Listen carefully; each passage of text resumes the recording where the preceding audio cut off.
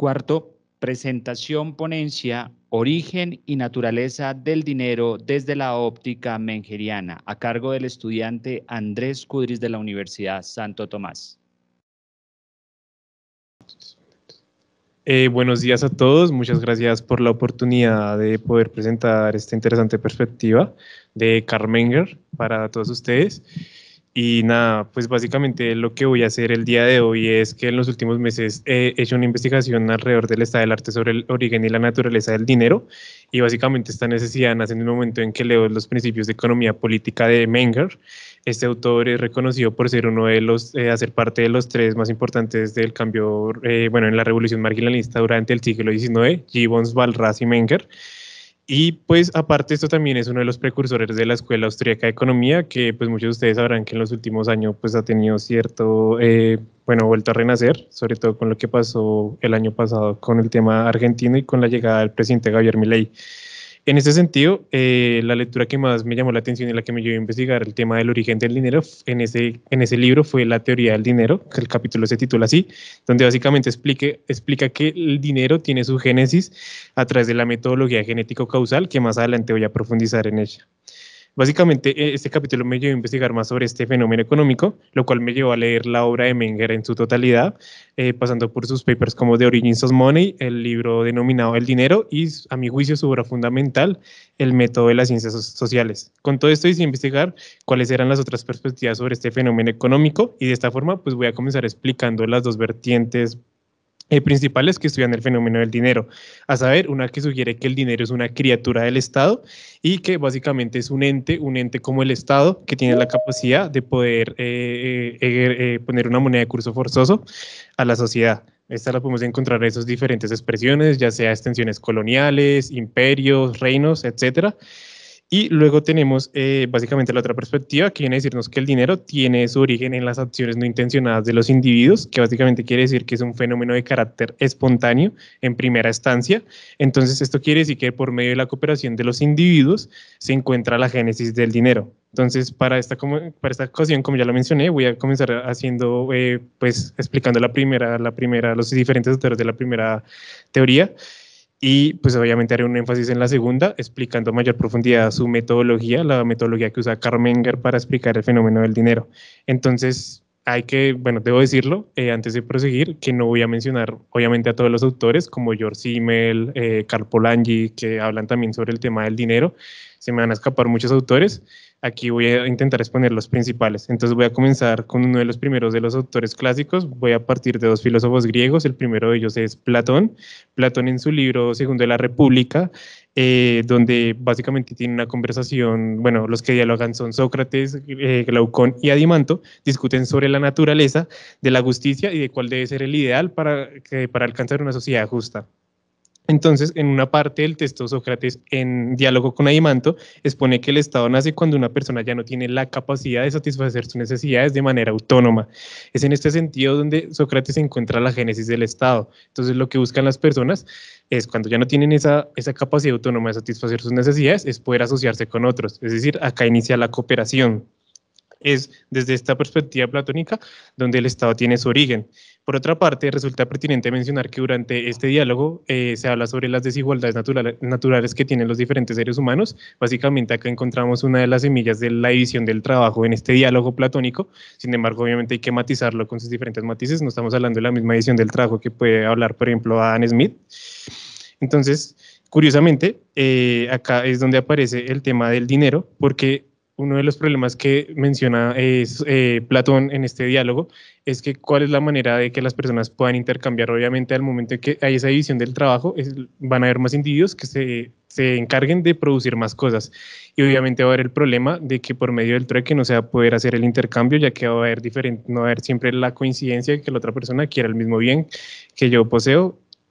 Entonces, básicamente lo que dice Platón es que por medio de convención, por medio de la ley, el dinero surge de manera para ser el medio más eficaz por medio del Estado para que pueda facilitar la compra y venta, o en este caso ser el intermediario de los intercambios. Más adelante, en uno de sus diálogos de vejez en leyes, concretamente en el libro quinto y en el libro 11, menciona que el Estado debe bueno, en este caso la polis debe regular tanto la moneda extranjera como la local.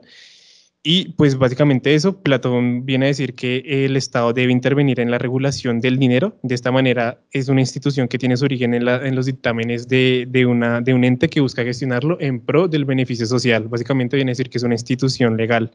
Por otro lado, tenemos la explicación de Aristóteles, concretamente en su obra La Ética Nicomaco, en el libro quinto, donde expone sus ideas sobre justicia distributiva, justicia correctiva, igualdad en la justicia, etcétera. Concretamente en el apartado quinto, Aristóteles habla sobre la naturaleza y origen del dinero. Para explicar este origen, explicaré rápidamente lo que expone Aristóteles, que son dos conceptos claves para entender lo que él nos quiere decir, que es la justicia distributiva y la correctiva. La distributiva básicamente quiere decir que hay que dar a cada quien lo que se merece, es decir, dar una proporción dependiendo del mérito del que la persona haya alcanzado. Y por otro lado, la correctiva viene a corregir aquellos donde se perdió esa igualdad en condiciones. Es decir, por ejemplo, de manera voluntaria, cuando una persona no cumple el trato con la otra persona, por medio de se le devuelve dinero con un interés, o si de carácter, puede ser también de carácter involuntario, donde las personas pueden verse perjudicadas por la acción de otro individuo. Entonces, lo que se busca por medio de la justicia correctiva es que las personas puedan recuperar ese equilibrio original, o por lo menos acercarse a él.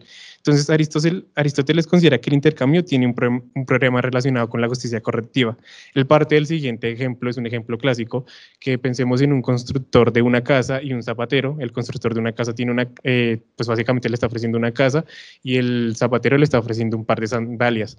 Básicamente, si los dos están de acuerdo de que se puede hacer de manera directa, es decir, a través del trueque, no va a haber ningún problema, entonces van a realizar el intercambio. Pero supongamos que estos individuos, por ejemplo, el comprador de la casa desea las sandalias, pero sin embargo el zapatero no desea intercambiar sus sandalias por la casa. Entonces acá debe surgir algún patrón, alguna manera de poder medir el valor del otro bien, para poder hacer el intercambio y que sea justo para ambas partes. De esta manera, lo que nos viene a decir Aristóteles es que debe haber esta medida, un patrón. Entonces es en este escenario donde aparece la moneda, la cual aparece para poder hacer el cálculo económico, o la medida que permita llegar a un trato justo. Por lo tanto, debe existir un patrón único con el cual se pueda medir todo. Entonces quisiera citar a Aristóteles, abro comillas: la moneda, sin embargo, ha venido a resolver esta necesidad, y por ese motivo he recibido el nombre de no misma, porque no es por la naturaleza, sino por la ley humana,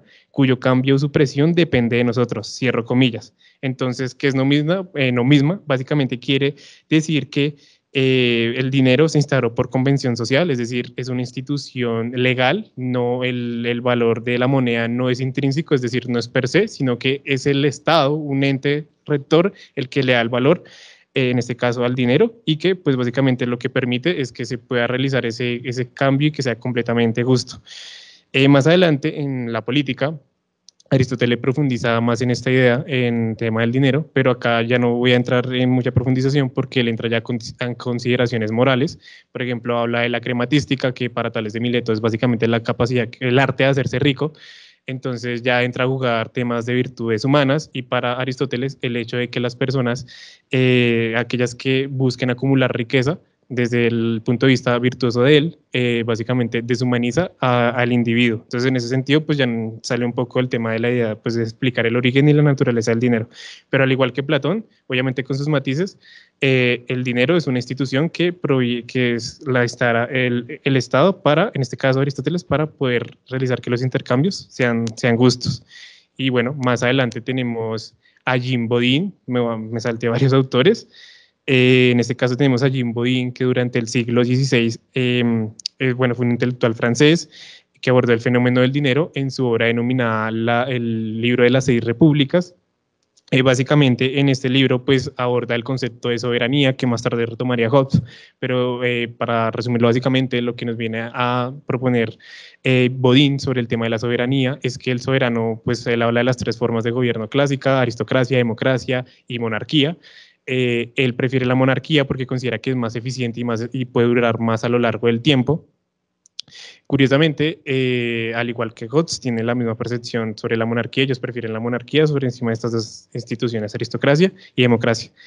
En ese sentido, las funciones del soberano en el caso son pues mantener la paz, tener el derecho de guerra, etcétera, pero concretamente ya en el campo económico se habla sobre la capacidad que tiene el soberano o que el soberano debe tener la capacidad de poder emitir y acuñar moneda, básicamente bajo los dictámenes de lo que ellos propongan. Obviamente esto va muy relacionado, ellos están muy relacionados con el tema de las Sagradas Escrituras, entonces siempre el monarca está supeditado a la razón divina.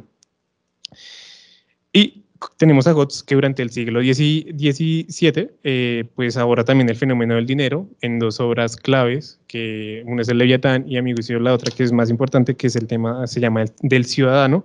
También profundiza en el concepto sobre soberanía y su relación con el dinero, afirmando que el origen del dinero está intrínsecamente ligado al Estado y a la autoridad soberana. Para Gotz, el dinero es una convención social creada para facilitar el comercio y las transacciones económicas. También quisiera mencionar algo, es que Jim Bodin, en su momento digo que fue de los primeros autores que habló sobre la teoría cuantitativa del dinero.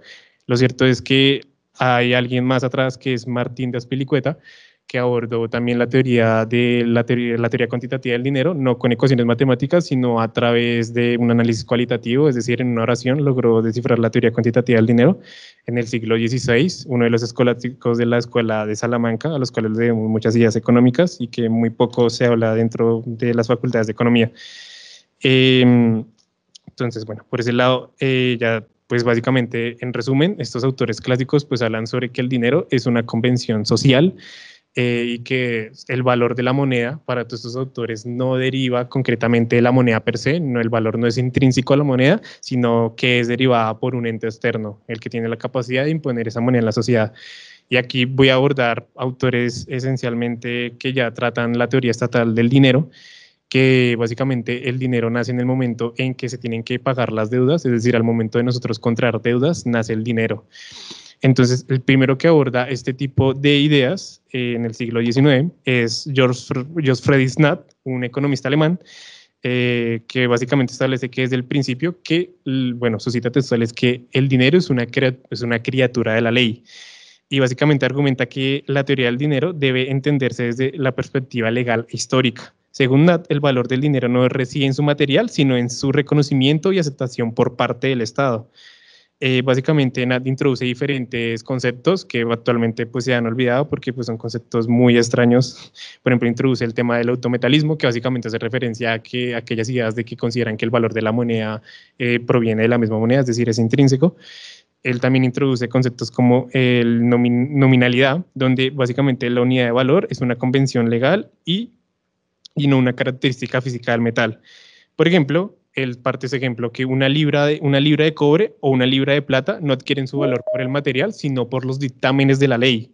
Esta nominalidad permite que el Estado cambie el material del dinero sin alterar su valor fundamental, es decir, a través de los dictados de la ley. Básicamente, si el Estado así lo decide por convención, pueden pasar de una moneda a otra, cambiar su uso y no se va a alterar el valor para la teoría, desde la teoría estatal del dinero de Natt. Y bueno, Natt es uno de los padres del chartalismo, que seguramente lo habrán escuchado, que son teorías, por ejemplo, la teoría monetaria moderna se basa en este tipo de autores. Y actualmente, en ese estado del arte que he estado realizando, curiosamente he encontrado que también ya se está hablando de teoría moderna, teoría monetaria posmoderna, pero básicamente sus fundamentos los encuentran en Natt, que es la teoría, su libro es la teoría estatal del dinero. Entonces, por otro lado, pues las funciones del Estado para Natt, que básicamente quiere decir que el papel del Estado es central en la teoría, ya que el Estado tiene la autoridad para definir y cambiar los medios de pago. Esto incluye la denominación de nuevas unidades de valor y la descripción de los medios de pago. También este autor destaca que esos actos de autoridad son esenciales para mantener la estabilidad del sistema monetario. Entonces, básicamente la ley establece las reglas para el uso del dinero, también asegurando que las deudas antiguas se conviertan en deudas en los nuevos medios de pago sin perder su valor nominal. Y aparte de esto también, independientemente de con qué moneda o con qué tipo de dinero se haya contraído la deuda, si el Estado decide por medio de la ley cambiar, hacer una transición de una moneda, no pierde su valor, si se sigue manteniendo el valor de alguna otra manera constante. Y básicamente utiliza el ejemplo, una vez más, el ejemplo de la transición del cobre a la plata para ilustrar cómo el Estado regula este cambio. La ley describe los nuevos medios de pago y establece reglas para su uso, asegurando la continuidad y la estabilidad del sistema monetario. Y es básicamente, en resumen, el caso de Nat es eso. Luego tenemos Alfred Michel Innes, que es un economista británico. Y me he pasado las diapositivas. Perdón. No me he dado cuenta. Bueno, este es George Friedrich Nat. Bueno, ya hablé de él. Ahora vamos a hablar de Alfred Michel Innes, que básicamente él tiene un paper que publicó a principios del siglo XX denominado ¿Qué es el dinero? Pues básicamente argumenta que el dinero no es una mercancía como el oro o la plata, sino que es una forma de crédito. Según este autor, el dinero es esencialmente una deuda que debe ser pagada en el futuro. Básicamente, en lugar de tener un valor intrínseco, el dinero representa un registro de deudas y créditos entre las personas.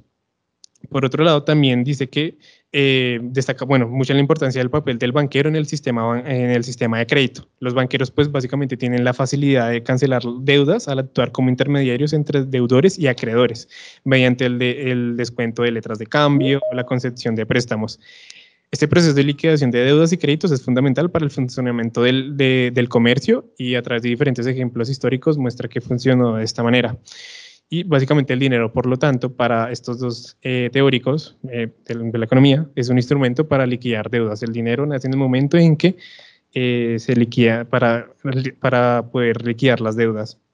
Y finalmente, bueno, me salto muchos autores, pero vamos a ir con Keynes, no concretamente en su teoría sobre el interés general, sino un libro también de él que es Teoría sobre el dinero, tiene 2 volúmenes, es en el primer volumen en teoría pura del dinero, donde en su primer capítulo en realidad habla sobre el origen del dinero, habla de los diferentes tipos de dinero bancario, dinero fiat, etc.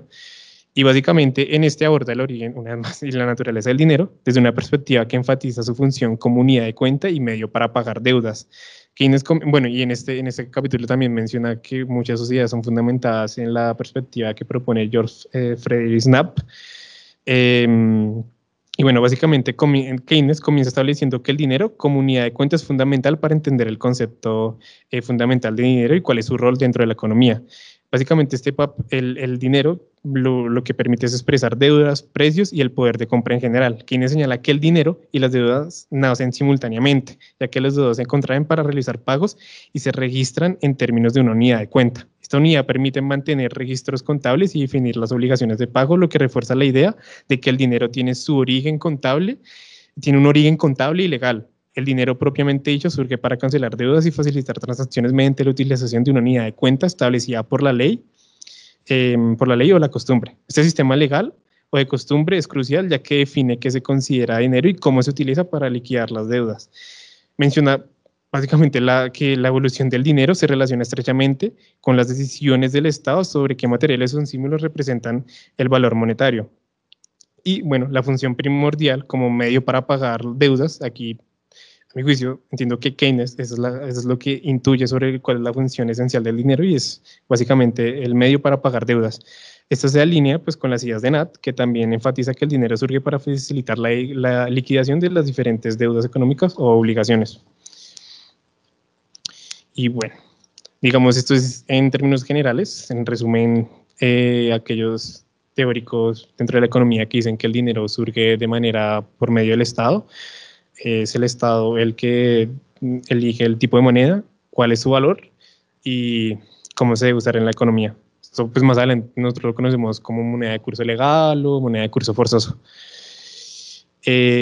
Bueno, ahora sí la parte de Menger, la perspectiva de Menger, que es en la que más he profundizado, y voy a explicar la metodología de Menger. Esto es muy largo pues explicar, voy a intentar resumirlo, porque Menger, más allá de proponer una metodología, una epistemología muy interesante, donde propone salirse completamente de las metodologías cuantitativas, hacerlo todo a través, básicamente él habla de la analogía de las metodologías, entonces no podemos pretender que con las herramientas con las que estudiamos los fenómenos físicos, como son el cálculo newtoniano, pretendamos analizar el comportamiento humano teniendo en cuenta que el humano, a diferencia de un objeto inanimado, el ser humano tiene capacidad de acción, es decir, actúa, tiene intereses individuales y tiene la capacidad de razonar. Entonces es como la semilla de la idea de Menger. Entonces, la metodología del economista austriaco Menger es una reacción a la propuesta de los economistas historicistas alemanes del siglo XIX. Ese grupo de académicos alemanes estudiaban la economía a través de los hechos unilaterales de la historia. De esta manera consideraban que la economía era una ciencia histórica. Siendo eso así, este autor elabora una metodología alternativa. En esta expone que existen dos orientaciones para comprender los fenómenos individuales y generales. El primero, que trata las manifestaciones, que se desprende de las ciencias históricas, de hechos singulares individuales, y en cuanto a la segunda categoría se derivan las ciencias teóricas. Ambos se encargan de comprender la realidad desde su respectivo campo. Además de estos saberes, encontramos uno más, que son las ciencias prácticas. Este difiere el propósito de las dos primeras. En su lugar, asume el objetivo de descubrir los medios que permiten alcanzar algún fin, es de carácter teleológico, pero aquí nos vamos a centrar en las ciencias teóricas que propone Menger. Básicamente, el planteamiento mengeriano busca hacer una distinción del objeto de estudio de cada género de ciencia. Para esto encontraremos que hay tipos o formas fenoménicas. Luego hay tipos que suelen ser reiterativos, que son las relaciones o formas empíricas de las formas fenoménicas.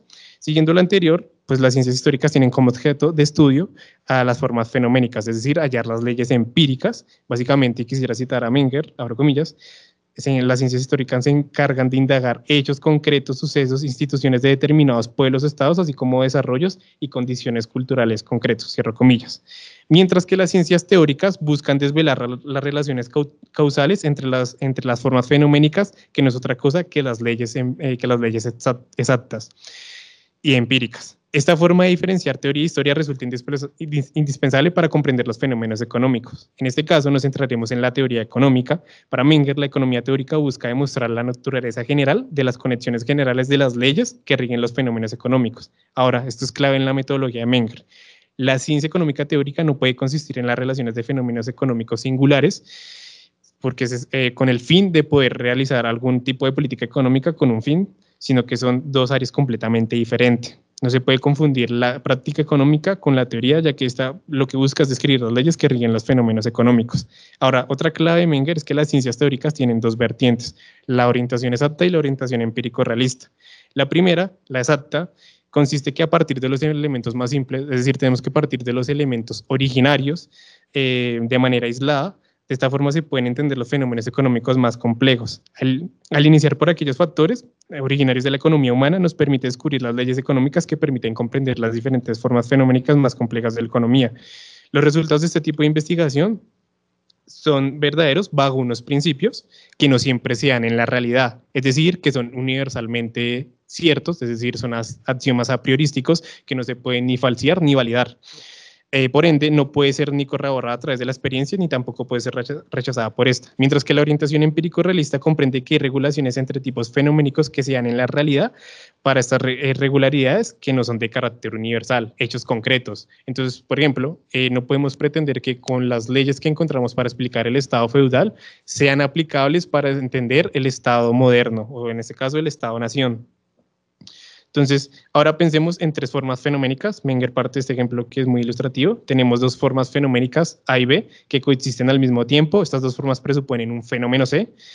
Sin embargo, esta conclusión no es del todo rigurosa. Para la orientación empírico-realista sí, estamos definiendo ciertos elementos causales, pero sin embargo no tiene todo en cuenta, es decir, no puede ver el todo, sino que se le escapan otros hechos que también influyen en el fenómeno C. Sin embargo, esta, pues, como ya lo mencioné, no es de todo rigurosa, ya que esta orientación no es capaz de ver el todo. En resumen, la orientación empírico-realista tiene leyes empíricas basadas en la experiencia, mientras que la orientación exacta tiene leyes a partir de axiomas a priorísticos. El problema clave está relacionado con la idea de someter a la economía a la prueba de la experiencia en toda su realidad, a lo que Menger compara, y cito, abro comillas, sería como un procedimiento análogo al del matemático que quisiera legitimar los principios de la geometría mediante la medición de objetos reales. Nosotros sabemos que las líneas rectas, las esquinas, en la realidad física como tal no existen. Para esto, veamos el siguiente ejemplo, que es el aumento de la demanda de un bien conduce, si su producción se mantiene constante, bajo ciertos presupuestos teóricos, a una subida de los precios que se pueden medir. En este sentido, la orientación teórica práctica da 4 axiomas. El primero es que el sujeto conozca su propio interés. Segundo, que los sujetos participen en la determinación del precio. Tercero, que conozca su situación económica. Y cuarto, que no sufran coacción. Desde el punto de vista exacto, esto es cierto, pero en la realidad no se cumplen todos estos axiomas. Sin embargo, sabemos que existe esta ley, la ley de oferta y demanda, que indica que al aumentar la demanda de un bien, si la producción se mantiene constante, los precios suelen subir. Aunque esta ley, aterrizada a la realidad, puede no ser completamente precisa desde el punto de vista teórico, es verdadera, es axiomática y ayuda a pues, comprender por qué suben los precios. Finalmente, ya en el tema de las orígenes de las instituciones, lo que se encarga de hacer Menger es hacer, él lo denomina como orientación realista. Algunos autores como Hayek, Mises, dicen que la orientación que propone Menger es la genético-causal, que es básicamente combinar los elementos tanto de la orientación exacta y la orientación empírico-realista para explicar los fenómenos económicos. En este caso vamos a hablar de las diferentes orígenes de las instituciones, donde ya voy a llegar al dinero. Y en este caso, el elemento originario de la economía, partiendo desde la orientación exacta, y en este caso genético-causal, es el individuo. Es el individuo el que actúa, partiendo del entendimiento, se tiene que entender la acción humana, podremos encontrar aquellas leyes que rigen los fenómenos económicos. Así, esta metodología nos permite conocer la naturaleza general de los fenómenos reales en referencia a un estado evolutivo de la humanidad. Por ende, las leyes empíricas que fueron propuestas para comprender diferentes fenómenos concretos de los diferentes estadios evolutivos del desarrollo histórico de la humanidad son muy esenciales, pero no son aplicables a todos los momentos de la época. Entonces, finalmente, ya la aplicación de la metodología del fenómeno del dinero, Menger entiende que la sociedad es un organismo fruto de un proceso natural, no comprende la sociedad como un proceso mecanicista, como si lo comprendería la teoría neoclásica de la economía, que entiende que el individuo que entiende el individuo como un mecanismo, es decir, como si no tuviera voluntad. En este caso, la perspectiva de Menger dice que la sociedad parte de un organismo, es un organismo natural. Entonces, para entender el todo es necesario comprender sus partes y tampoco se puede conocer una parte sin entender el todo.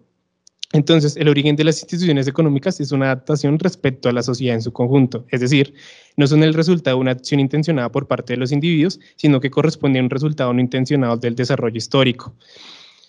Instituciones sociales como el derecho, el lenguaje del dinero, tienen un origen espontáneo, no son de carácter teleológico. También aclara que hay formaciones sociales que son resultado de una intención dirigida a este fin, como lo puede ser un acto legislativo o por convención entre los miembros de la sociedad.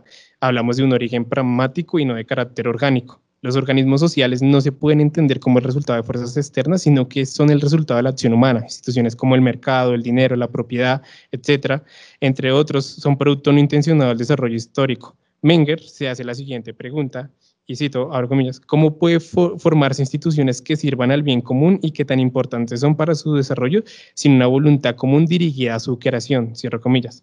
Finalmente, ya el tema en el origen del dinero, aplicado desde la perspectiva genético-causal de Menger, viene a decir que el origen del dinero se halla en esta explicación y en los primeros estadios evolutivos de la humanidad, la forma de intercambiar bienes era el trueque.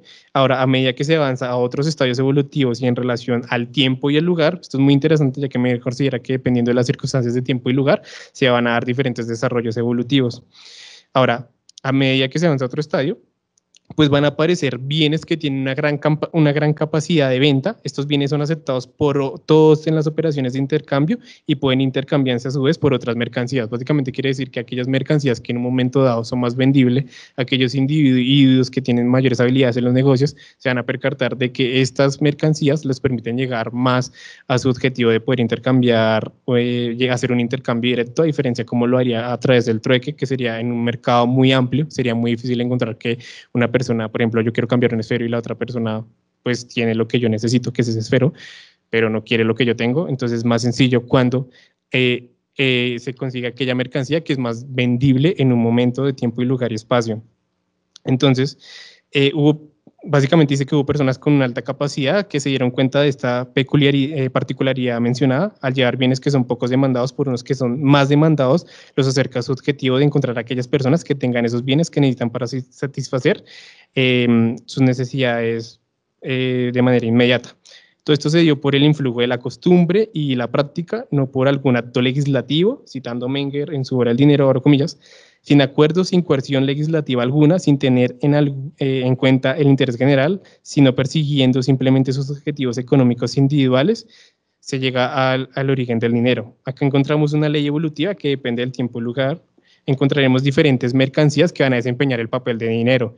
En estos primeros estadios, en algunos pueblos europeos y también de Asia, el ganado fue el medio común de pago, que se elevó a la categoría de dinero debido a su alta capacidad de venta. Este tipo de dinero fue perdiendo su capacidad de venta, ya sea porque avanzó la cultura o porque se encontraron medios más eficientes que permitían por ejemplo, mayor fungibilidad, es decir, división de la moneda, y también que duraba más a lo largo del tiempo.